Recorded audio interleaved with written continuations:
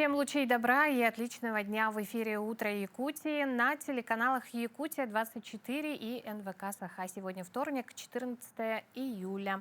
Как всегда, в нашей программе вы найдете не только новости и интересные истории, но и узнаете много нового в рубриках, за которые вы и любите наше утро.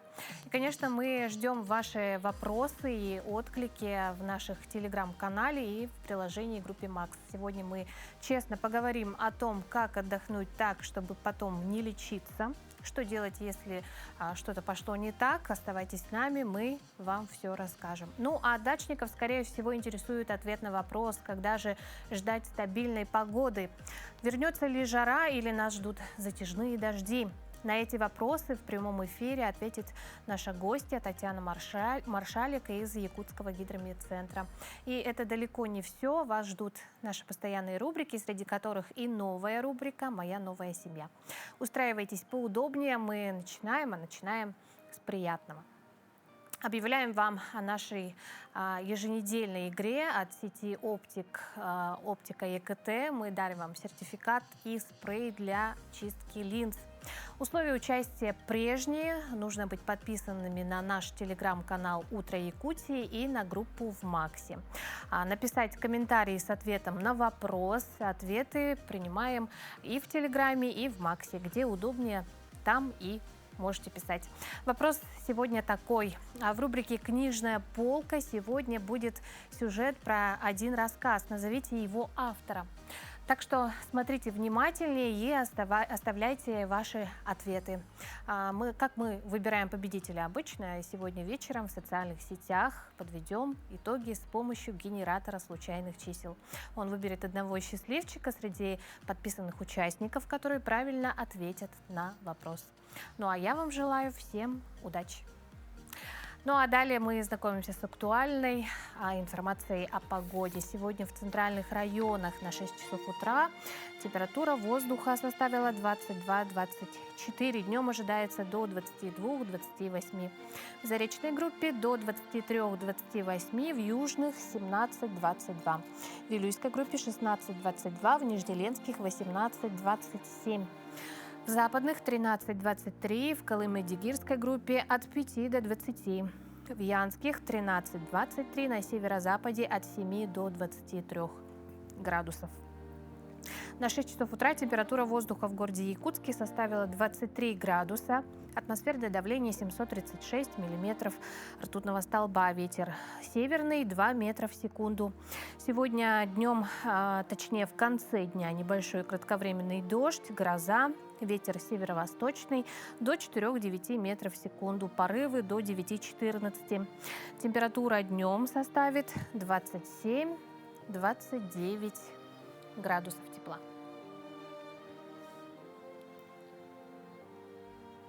А гигантский айсберг напугал жителей деревушки в Гренландии. Ледяная глыба подошла очень близко к рыбацкому поселку Иннарсуит. На кадрах видно, что айсберг возвышается рядом с берегом, как огромная стена.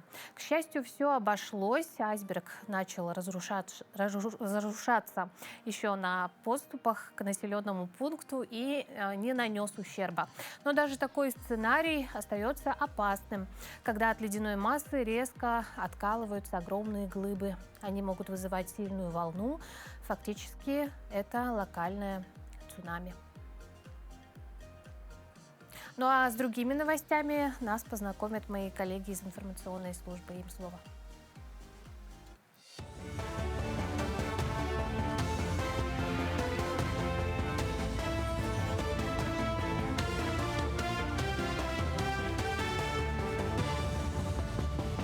Доброе утро, Якутия. Последние новости к этому часу. Восточный экономический форум этого года, который пройдет с 1 по 4 сентября во Владивостоке, объявил главную тему «Дальний Восток. Развитие во благо людей». Как подчеркнул глава Якутии, республика – ключевой игрок на этой площадке, и важно, чтобы в стратегию вошли реальные задачи – от прорыва в инфраструктуре и новых технологий до создания комфортных условий для семей и адаптации к климатическим вызовам. Для Якутии это особенно актуально. По итогам форума 2025 регион подписал 27 соглашений на 106 миллиардов рублей, а общий инвестиционный портфель достиг 641 миллиарда. Для участников СВО и их детей в колледжах запущен механизм первоочередного зачисления на бюджет. Помимо гарантированных мест и возможности бесплатно получить второе образование, студенты этой категории получают повышенные стипендии и бесплатное жилье. При этом сами учебные заведения стали мощными центрами поддержки. Студенты плетут маскировочные сети, помогают семьям бойцов в быту и отправляют на передовую гуманитарные грузы. Будущие специалисты применяют на практике свои профессиональные навыки, шьют экипировку по индивидуальным лекалам, а молодые ювелиры изготавливают для ветеранов традиционные обереги. Участники специальной военной операции вправе получить второе среднее профессиональное образование на бюджетной основе, что закреплено в актуальных редакциях Федерального закона 273 об образовании в Российской Федерации.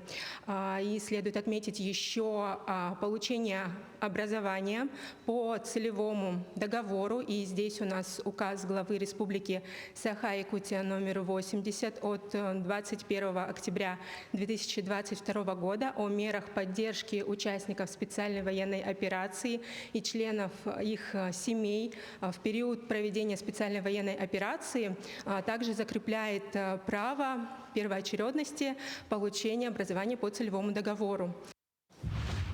В России отцы могут получить новую поддержку. Депутаты Госдумы предложили дать папам право на 14 дней оплачиваемого отпуска сразу после рождения ребенка. И это же правило распространить на случай усыновления или установления опеки. Инициатива простая, но важная. Первые дни с малышом самые непростые. И помощь нужна не только маме, но и отцу, который может поддержать в быту, съездить на первое обследование или просто быть рядом, когда семья привыкает к новой жизни. Параллельно в Госдуме рассматривают еще одну норму – позволить одиноким родителям брать ежегодный отпуск в любое удобное время, чтобы легче совмещать работу и заботу о детях. Якутский фильм стал победителем международного кинофестиваля. В июне этого года картина режиссера Эдуарда Новикова «На краю света» завоевала гран-при «Гранатовый браслет» на 32-м фестивале «Литература и кино» в Гатчине.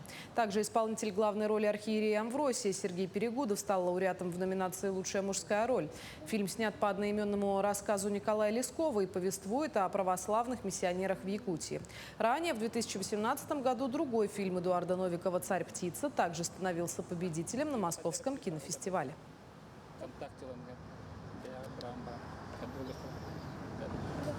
Сам фестиваль от других кинофестивалей отличается тем, что в этом фестивале участвует экранизации произведений, романов разных писателей. Якутское кино развивается, много молодых кинорежиссеров, много фильмов снимает и сейчас участвует в разных, не только российских, и разных международных кинофестивалях. Призы получает, развивается кино. Якутский салат индигирка покорил Москву. На международном форуме «Дикоросы» в рамках выставки «Путешествуй» традиционное блюдо из свежемороженой рыбы стало настоящей гастрономической сенсацией. Гости не просто пробовали, они восхищались. Натуральный состав, аутентичный вкус и польза без термообработки развенчали миф о том, что северная кухня – это тяжело и просто. Параллельно якутская делегация вела переговоры с коллегами из других регионов, укрепляя позиции республики на гастрономической карте России.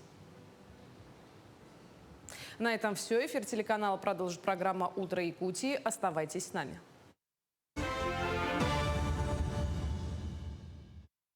Доброе утро. А теперь самое время окунуться в историю. Сегодня, 14 июля, казалось бы, обычный вторник, но именно в этот день в разные годы происходили удивительные вещи, рождались великие люди и случались события, изменившие мир. Давайте вспомним, чем запомнилась эта дата в истории.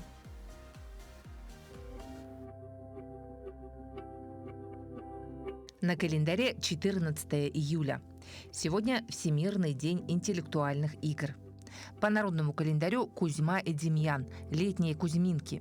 На Руси в этот день в самом разгаре был сенокос. В трудах проводили свои дни и огородники. Нужно было полоть гряды и начинать собирать первые корнеплоды. Этот день в истории. 1099 год. Участники первого крестового похода начали штурм Иерусалима. 1700. Подписан Константинопольский мирный договор, ставший итогом азовских походов Петра I.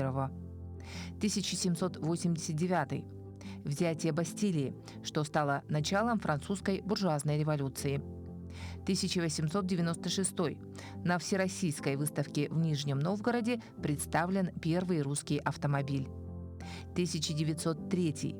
Состоялся ввод в эксплуатацию Великого Сибирского пути, Транссибирской магистрали. 1941. Впервые в бою применена знаменитая «Катюша». 1946. Вышло в свет первое издание книги Бенджамина Спока «Ребенок и уход за ним». В этот день родились Гаврил Державин, русский поэт эпохи Просвещения, государственный деятель; Ирвинг Стоун, американский писатель; Хавьер Солана, испанский политический деятель, ученый-физик; Владимир Белоусов, советский спортсмен, спортсмен с трамплина, тренер, олимпийский чемпион. Именины сегодня отмечают Алексей, Ангелина, Аркадий, Василий, Иван, Константин, Кузьма, Лев, Павел и Петр. Вот так интересно и познавательно жила наша планета в этот день в разные годы. А теперь давайте на несколько минут отвлечемся от истории и позаботимся о себе, о своем здоровье и бодрости духа. Ведь утро без зарядки – это как день без солнца. Я предлагаю вам встать со своих диванов, кресел, кровати, потянуться и сделать несколько простых, но эффективных упражнений вместе с нами.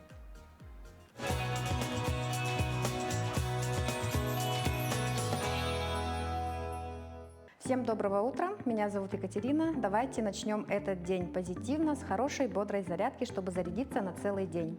И давайте начнем с легкой просто разминки. Начинаем вытягивать шею, уводим голову вправо, уводим голову влево и делаем так где-то 6 подходов. Потом остаемся на одной стороне и от уха через подбородок рисуем полукруг к другому уху. Раз. Только перед. 2. Делаем тоже 3 раза. Остаемся на одной стороне. Сверху слегка давим и держим в статике где-то секунд 5. И в другую сторону повторяем то же самое. Теперь руки собираем в замок на затылок. Подбородок тянем к груди и сверху тоже слегка давим, держим. Тоже секунд 5 подержали, поднимаем голову, опустили руки и плечи тянем назад. Делаем это хорошо, амплитуднее. 2, 3, 4 и вперед тоже. 1, 2, 3 и 4. Теперь правую руку вытягиваем вверх на левую лопатку, левой рукой за правый локоть и уходим в наклон, вытягиваем хорошо бок, таз у нас остается, не сдвигается. Тоже держим в статике 5 секунд, возвращаемся, эту же руку тянем к себе, расслабляем кисть и держим в статике 5 секунд. Теперь эта рука уходит назад, зацеп в замок, подтянули к себе руку и увели наклон головы влево. Тоже держим 5 секунд. Возвращаемся, делаем на другую сторону. Теперь стопы ставим шире, руки на пояс и круговые вращения таза в одну сторону. 2, 3 и 4. Возвращаемся в центр. Левая рука скользит по бедру, правую руку вытягиваем наверх и уходим в наклон вместе с бедром. Руку вперед не роняем, вытягиваем наверх, прям хотим вытолкнуть грудь наверх и взгляд направляем вверх. Держим в статике 5 секунд. Корпус теперь уводим в наклон, тянем руку в сторону, держим 5 секунд. Опускаем руку вниз, в центре, меняем руку, вытянули левую руку, держим 5 секунд. И уходим в наклон, взгляд направили вверх, грудь толкнули наверх, тоже держим 5 секунд. И возвращаемся в исходное положение, опустили руки. Теперь локти прижимаем к талии, сжимаем кулак и кисти прокручиваем прямо через усилие к себе в одну сторону и в другую. Опустили руки, ладони на колени и колени прокручиваем в одну сторону и другую. По 4 раза. Стопы поставили поуже. Правую ногу оставим на носок и через верх меняем на левую. Вытянули стопы, поменяли 3, 4, 5, 6. Делаем 8 раз, 7 и 8. Остались на этой стороне и крутим голеностоп. 3, 4. В другую сторону. 3 и 4. Повторяем с другой ногой. На этом наша зарядка завершилась. Желаю всем продуктивного, хорошего дня и здоровья. Лето, отпуск, новые знакомства. И, к сожалению, очереди в кожно-венерологические диспансеры. Врачи шутят, что курортный роман часто заканчивается не только разбитым сердцем, но и вполне конкретным диагнозом. Как не испортить отдых и что делать, если что-то пошло не так, об этом мы поговорим. А с нашей гостьей это дерматовенеролог Аэлита Никитина. Аэлита Афанасьевна, доброе утро. Доброе утро. Но прежде всего давайте уточнимся, какие инфекции относятся к инфекциям, передающимся половым путем, и насколько эта проблема сегодня актуальна у нас в республике. Но инфекции, передающиеся половым путем, это большая группа болезней, которые передаются от человека к человеку при половом контакте. Всего насчитывается более 30 видов возбудителей. Основные и самые распространенные инфекции – это трихомониаз, гонорея, хламидиоз, сифилис, урогенитальный герпес, аногенитальные бородавки, а также ВИЧ и гепатит Б. Если говорить про актуальность, то эта тема сейчас очень актуальна. Вот по данным Всемирной организации здравоохранения, ежегодно в мире фиксируется более 100 миллионов новых случаев заражения инфекциями, передаваемых половым путем. И если брать статистику за 2025 год по Республике Саха-Якутия, сифилиса было зарегистрировано 191 случай, гонореи 287, трихомониаза 370, хламидиоза 857, урогенитального герпеса 171, аногенитальные бородавки 74 случая. Так что сейчас эта тема очень актуальна. То есть самый распространенный из этого списка все-таки сифилис, да? Нет, это хламидиоз. Хламидиоз. Чем это вызвано? Ну, он иногда протекает бессимптомно, из-за этого многие не обращаются к врачам и продолжают заражать других людей, своих половых партнеров. Ну вот как раз-таки о бессимптомности, да, все ли болезни, инфекции протекают бессимптомно и чем чревато это? Многие инфекции, передаваемые половым путем, протекают бессимптомно. То есть человек является носителем инфекции, но об этом не знает, так как у него нет никаких проявлений. И он, получается, не обращается к врачам, так как симптомов нет, и он продолжает быть заразным для своих половых партнеров. А как долго можно ходить вот, и не знать? Годами можно проходить и не знать. Какие мифы бы вы перечислили и чаще всего какие встречаются инфекции? Хочу рассказать о 3 самых популярных мифах. Первый миф – это о том, что можно заразиться инфекциями, передаваемыми половым путем, от сидушки унитаза. Это не так, это миф. Вообще возбудители инфекций, передаваемых половым путем, очень неустойчивы во внешней среде. И вне организма человека они быстро погибают под воздействием разных факторов. И для того, чтобы произошло инфицирование, требуется большое количество микробов. И это обеспечивается именно при половом контакте. И второй миф – это если у меня нет признаков, то я не заразен, я не болен, я здоров. Это тоже миф, как я уже ранее говорила. Многие из них протекают бессимптомно. Человек может вообще ничего не ощущать, нет никаких клинических проявлений. И он продолжает быть заразным для своих половых партнеров. И третий миф, что оральные контрацептивы снижают риск заражения инфекциями, передаваемыми половым путем. Это не так. Оральные контрацептивы предназначены только для предотвращения беременности. Они никак не снижают риск заражения, не снижают его. Так что это тоже миф. И вот самые популярные 3 мифа, вот они. Почему опасно заниматься самолечением? Постоянно об этом говорим, да? Да. Как не понимаем. Вообще симптомы разных инфекций, передаваемых половым путем, они схожи. Это, например, зуд, выделение, жжение, болезненность при мочеиспускании. И без лабораторных анализов нельзя угадать, какой возбудитель явился причиной данных симптомов. Поэтому надо обращаться к врачам, чтобы они назначили адекватное лечение уже с учетом анализов.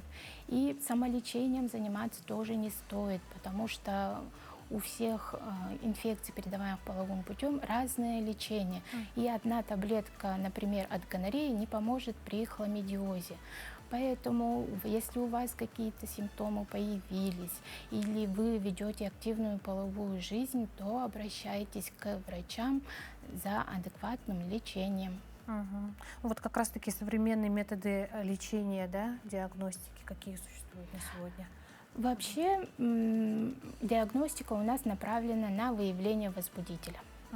Для этого нам помогают анализы, ПЦР, ИФА-анализ, бактериологический посев, микроскопия, иммуноблот. И когда мы уже узнали, кто является причиной болезни, какой возбудитель, мы тогда уже приступаем к лечению. Лечение у нас идет этиотропное, которое направлено против именно возбудителя. Симптоматическое лечение при инфекциях, передаваемых половым путем, бесполезно. Надо убить проблему на корню. Именно вот возбудителя. Ну и в завершении нашей беседы, какие бы главные советы вы бы дали нашим телезрителям для сохранения своего здоровья и своих близких? Я могу посоветовать отказаться от рискованного поведения, избежать раннего начала половой жизни, частой смены половых партнеров, случайных связей, использовать надежные методы контрацепции и почаще сдавать анализы на инфекции, передаваемые половым путем, потому что многие из них протекают бессимптомно, и человек, не зная об этом, может инфицировать своих близких, ну и свое здоровье тоже портится от этого. Ну и вот, кстати, а как часто необходимо проверяться? Да, Ну, вообще у нас должны проходить обследования, медицинские осмотры раз в год, но если вы ведете активную половую жизнь, то хотя бы раз в полгода надо проходить. Аэлита Афанасьевна, благодарю вас за столь такую, конечно, деликатную тему, но очень важную сегодня. Спасибо вам. Отличного дня и плодотворной вам работы. Спасибо. Ну, а мы затронули очень важные, ну и, признаться, взрослые аспекты нашего здоровья. Но задумайтесь, ведь все это мы делаем не только ради себя, но и ради будущего, ради наших детей и ради создания крепкой и здоровой семьи. К сожалению, не все дети сегодня имеют это счастье жить в родном доме с любящими родителями. Тысячи ребятишек в нашей республике ждут, что кто-то им скажет: «Ты мой». Поэтому от серьезных разговоров о здоровье мы переходим к очень важному и душевному блоку. В эфире наша новая рубрика «Моя новая семья», где мы будем рассказывать истории о детях, которые очень хотят обрести дом, и о том, как мы можем им помочь.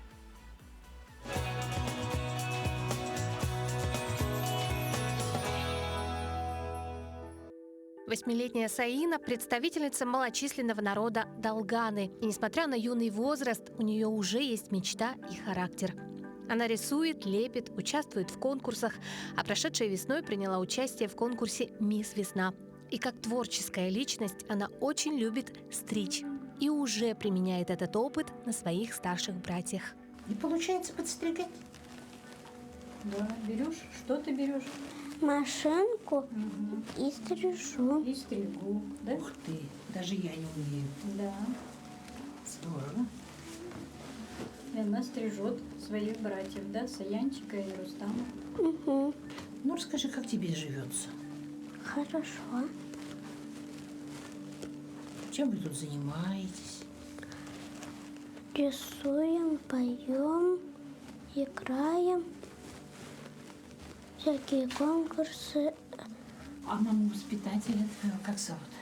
Надежда Антоновна. Она хорошая? Она какая? Расскажи.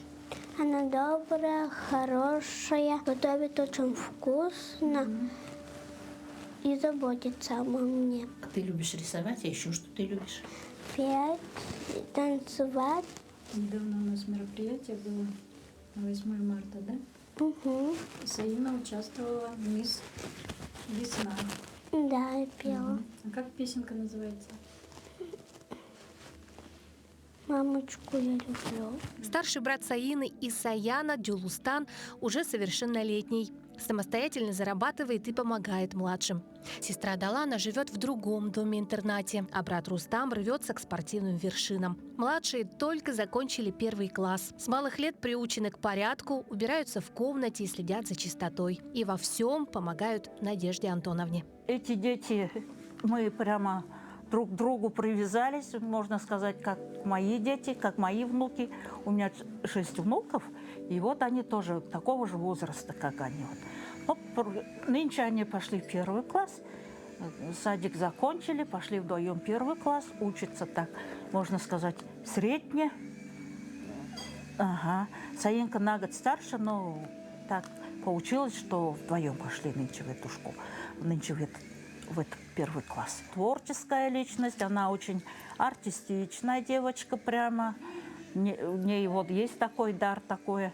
И создает тоже она, руки золотые, можно сказать. Учится у Людмилы Федоровны уже с малых лет. И с ней она уже научилась очень многому, можно сказать. Очень хорошо вот это лепит, рисует хорошо очень. И Саянчик тоже любит туда ходить. Но Саянчик больше ходит к Ольге Степановне, да, Саянчик? Ага. А Ольга Степановна Ольга Степановна у нас шьет, вышивает, вот национальные орнаменты, вот обереги, вот это все делает. Ага. Ну, дети между собой дружные. Саенька у нас умеет вот это, да, печенье печь, да. Она даже свою проектную работу взяла, вот это кулинарное искусство. Хочет тоже вырасти. Кем хочешь ты стать у нас? Поваром. Поваром или кулинаром, кондитером, да. Вот такая у нее цель есть. У этих детей есть верные братья и сестры. Замечательная бабушка в лице Надежды Антоновны, которая отдает им все тепло своей души. Но как бы ни была сильна эта замена, за кадром остается главное. Даже самая добрая воспитательница не сможет заменить им маминых объятий и папиной защиты. Им нужны не просто условия, им нужна настоящая семья. Та, где будут любить просто за то, что они есть. И пока они мечтают стать поварами и олимпийскими чемпионами, Надежда Антоновна делает все, чтобы они не чувствовали себя одинокими.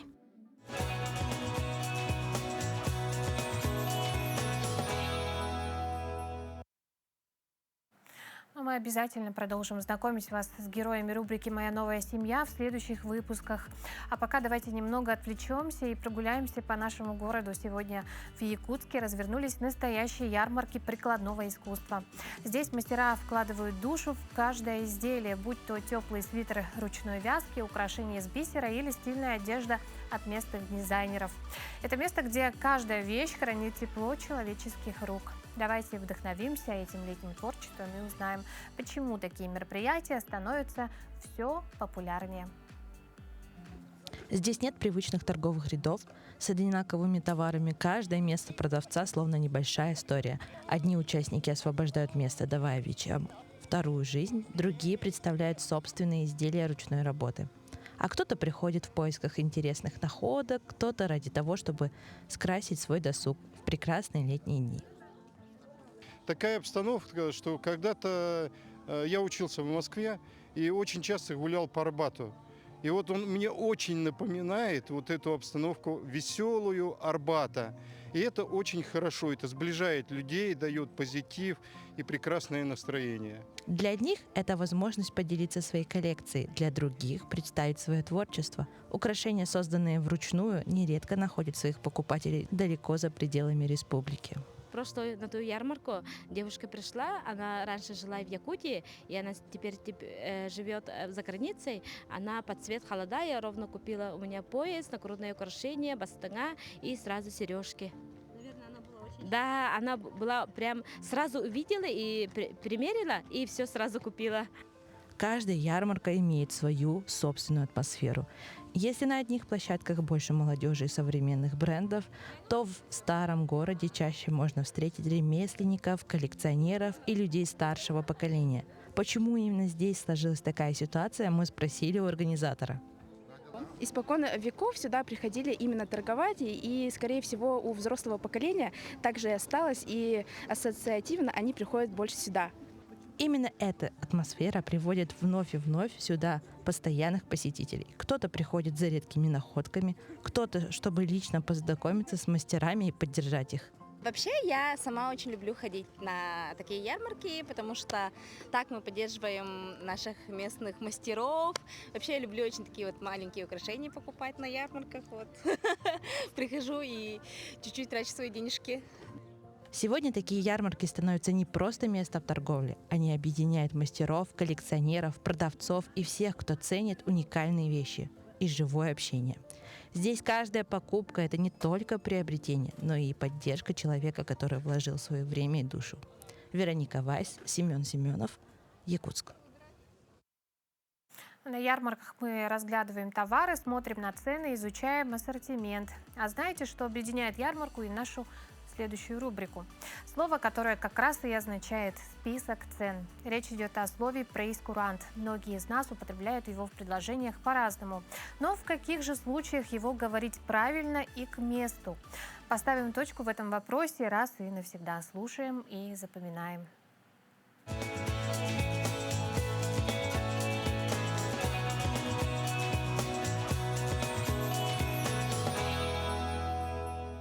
Доброе утро, дорогие телезрители!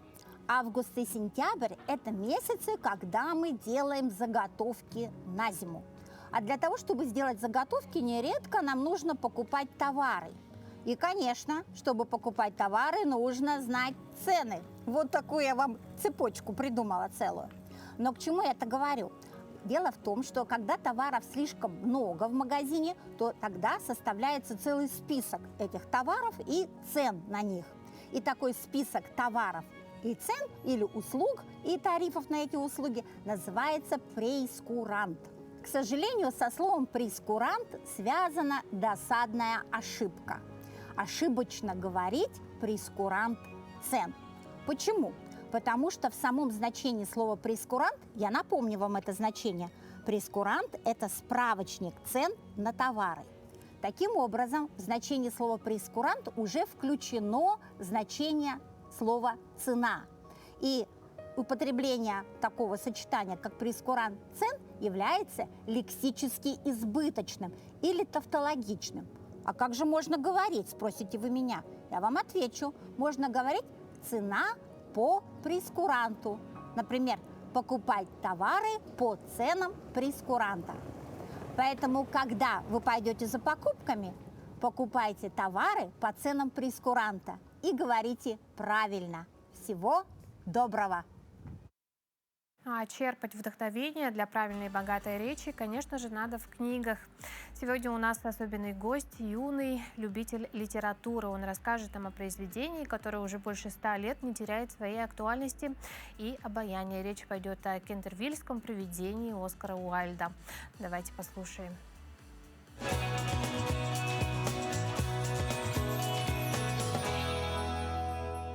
Здравствуйте, друзья! У меня в руках книга «Кентервильское привидение».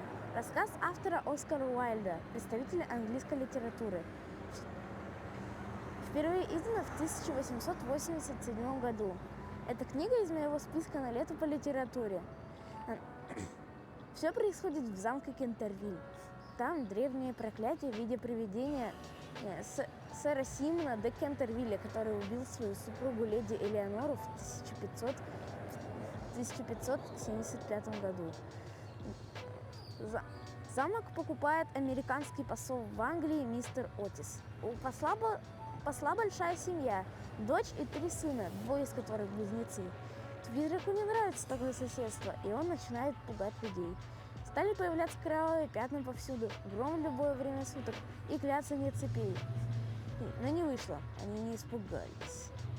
При первой встрече Чупапы с сэром Симоном посол даже не испугался, хотя призрак был старик ужасной внешности. Глаза его представляли красные горящие угли, длинные седые волосы спадали на плечи спутанными прядями, платье старинного покроя, все в лохмотьях и грязное, а на руках и ногах большие кандалы и цепи. Папа предложил ему пузырек с машинным маслом, чтобы ржавые цепи не скрипели. Поставил пузырек с маслом и закрыл перед призраком дверь. Представляете, закрыл дверь, а не упал в обморок. Еще одной ночной порой, как под свет тусклой луны, после самого страшного и зловещего хохота на всю округу, миссис Отис вышла с призраку с микстурой и словами: «Кажется, вы не совсем здоровы. Если у вас несварение желудка, это вам поможет». И ушла. Представляете, ушла, а не убежала в страхе. А братья-близнецы так вообще стали преследовать призрака, закидывать его подушками и охотиться на него. Призрак очень устал и изнемог от такого соседства.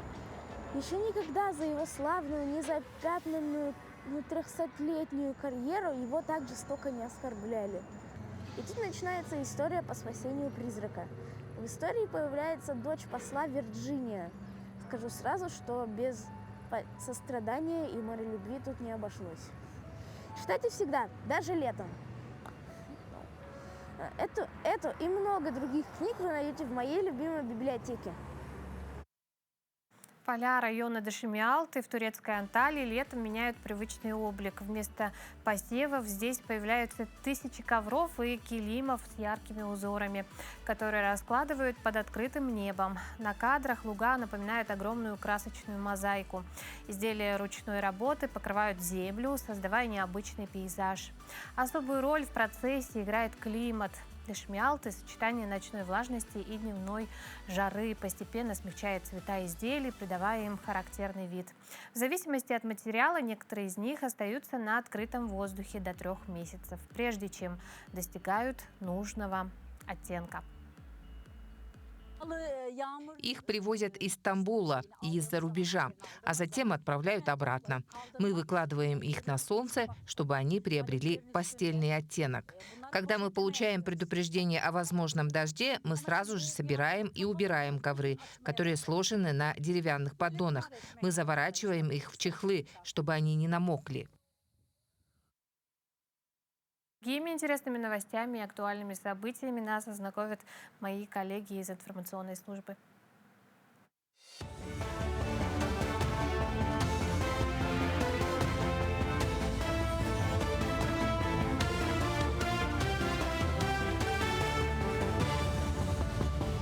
Доброе утро, Якутия. Последние новости к этому часу. Восточный экономический форум этого года, который пройдет с 1 по 4 сентября во Владивостоке, объявил главную тему «Дальний Восток. Развитие во благо людей». Как подчеркнул глава Якутии, республика – ключевой игрок на этой площадке, и важно, чтобы в стратегию вошли реальные задачи – от прорыва в инфраструктуре и новых технологий до создания комфортных условий для семей и адаптации к климатическим вызовам. Для Якутии это особенно актуально. По итогам форума 2025 регион подписал 27 соглашений на 106 миллиардов рублей, а общий инвестиционный портфель достиг 641 миллиарда. Для участников СВО и их детей в колледжах запущен механизм первоочередного зачисления на бюджет. Помимо гарантированных мест и возможности бесплатно получить второе образование, студенты этой категории получают повышенные стипендии и бесплатное жилье. При этом сами учебные заведения стали мощными центрами поддержки. Студенты плетут маскировочные сети, помогают семьям бойцов в быту и отправляют на передовую гуманитарные грузы. Будущие специалисты применяют на практике свои профессиональные навыки, шьют экипировку по индивидуальным лекалам, а молодые ювелиры изготавливают для ветеранов традиционные обереги. Участники специальной военной операции вправе получить второе среднее профессиональное образование на бюджетной основе, что закреплено в актуальных редакциях Федерального закона 273 об образовании в Российской Федерации. И следует отметить еще получение образования по целевому договору. И здесь у нас указ главы Республики Саха-Якутия номер 80 от 21 октября 2020 2022 года о мерах поддержки участников специальной военной операции и членов их семей в период проведения специальной военной операции также закрепляет право первоочередности получения образования по целевому договору. В России отцы могут получить новую поддержку. Депутаты Госдумы предложили дать папам право на 14 дней оплачиваемого отпуска сразу после рождения ребенка. И это же правило распространить на случай усыновления или установления опеки. Инициатива простая, но важная. Первые дни с малышом самые непростые. И помощь нужна не только маме, но и отцу, который может поддержать в быту, съездить на первое обследование или просто быть рядом, когда семья привыкает к новой жизни. Параллельно в Госдуме рассматривают еще одну норму – позволить одиноким родителям брать ежегодный отпуск в любое удобное время, чтобы легче совмещать работу и заботу о детях. Якутский фильм стал победителем международного кинофестиваля. В июне этого года картина режиссера Эдуарда Новикова «На краю света» завоевала гран-при «Гранатовый браслет» на 32-м фестивале «Литература и кино» в Гатчине. Также исполнитель главной роли архиерея Амвросия Сергей Перегудов стал лауреатом в номинации «Лучшая мужская роль». Фильм снят по одноименному рассказу Николая Лескова и повествует о православных миссионерах в Якутии. Ранее, в 2018 году, другой фильм Эдуарда Новикова «Царь-птица» также становился победителем на Московском кинофестивале.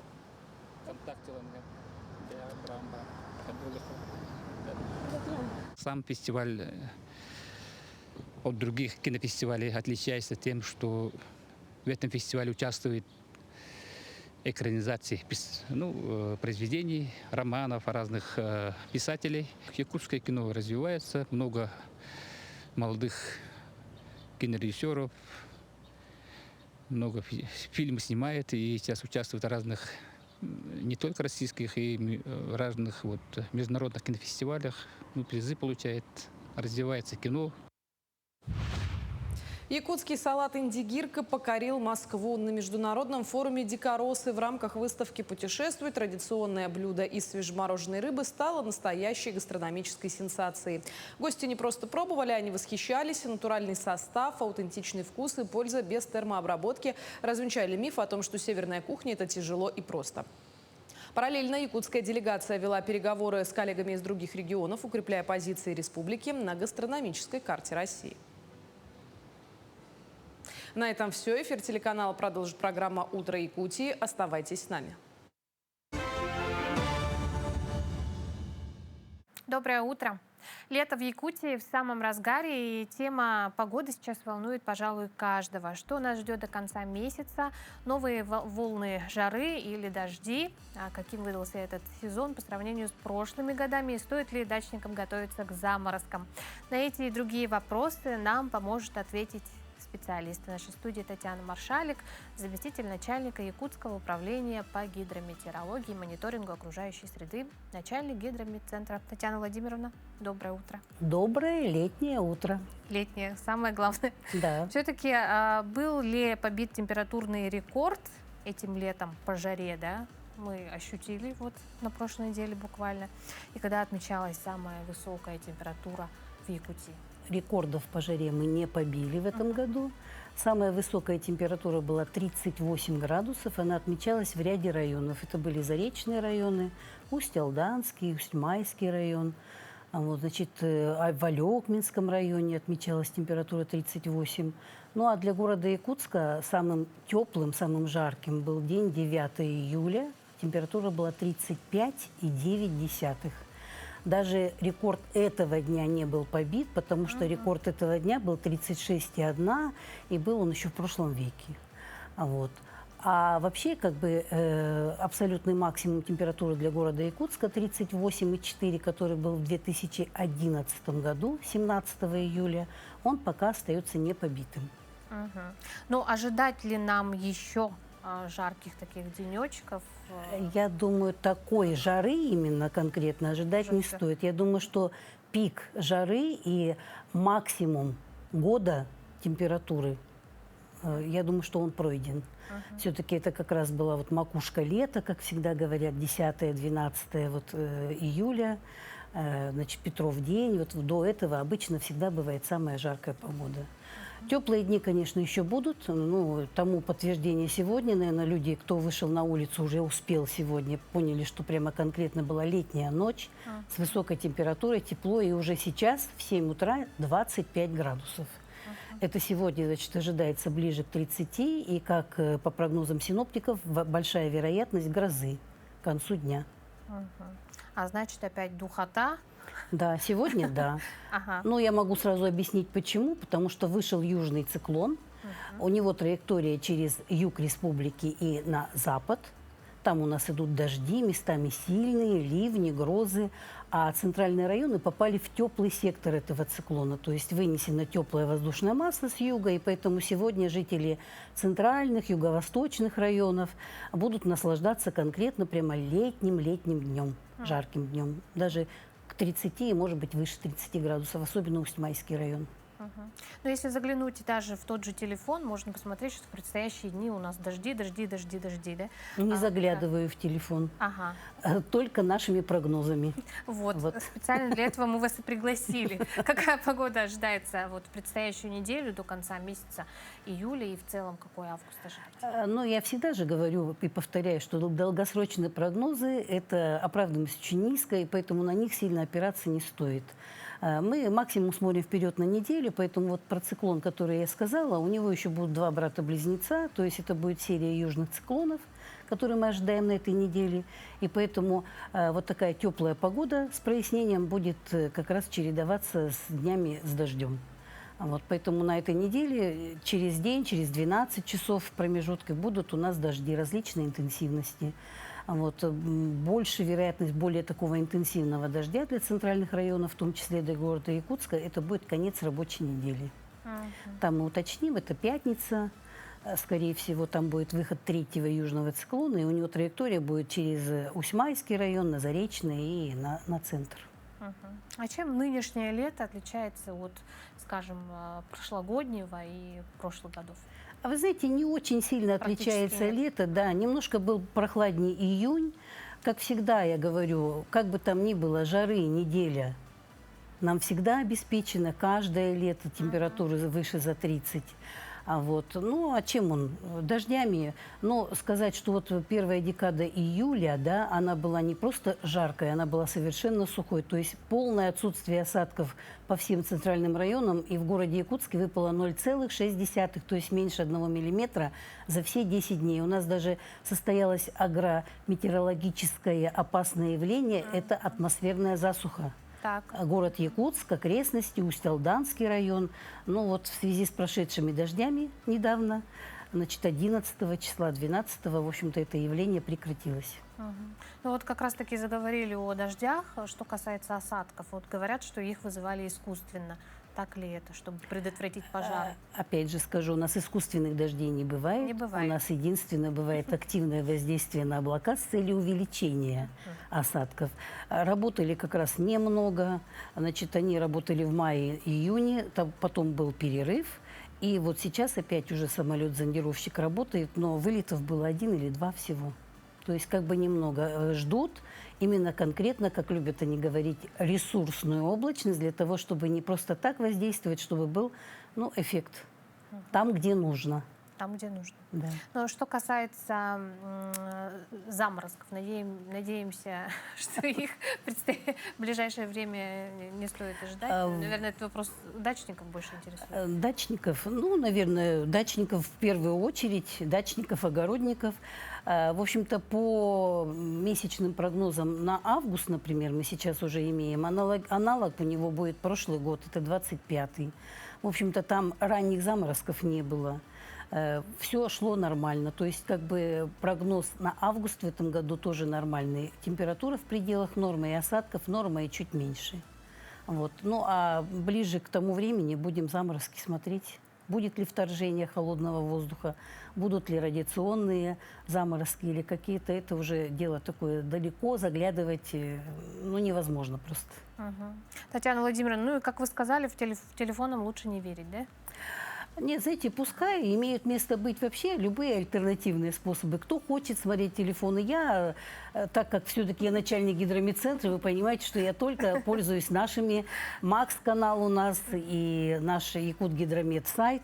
Вот. Но не буду лукавить, что иногда, когда люди говорят, вот там что-то дают, бывает, что зайду, посмотрю, но если проанализировать, посмотреть, вы посмотрите, каким образом они быстренько под фактическую погоду все эти схемы меняют. Вот там раз поменяли, и даже люди этого не заметили. Потому что долгосрочные прогнозы, я говорю, никакие схемы не могут сделать, никакие модели рассчитать.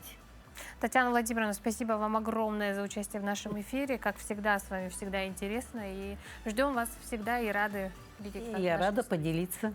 Всем нам желаем хорошей погоды, ну и вам, конечно, и в работе, и дома. Спасибо, до новых встреч. Спасибо. Ну а с вами, наши дорогие телезрители, прощаюсь, но ненадолго. Уже завтра, в среду, встречаем утро вместе с нами на телеканалах Якутия 24 и НВК Саха.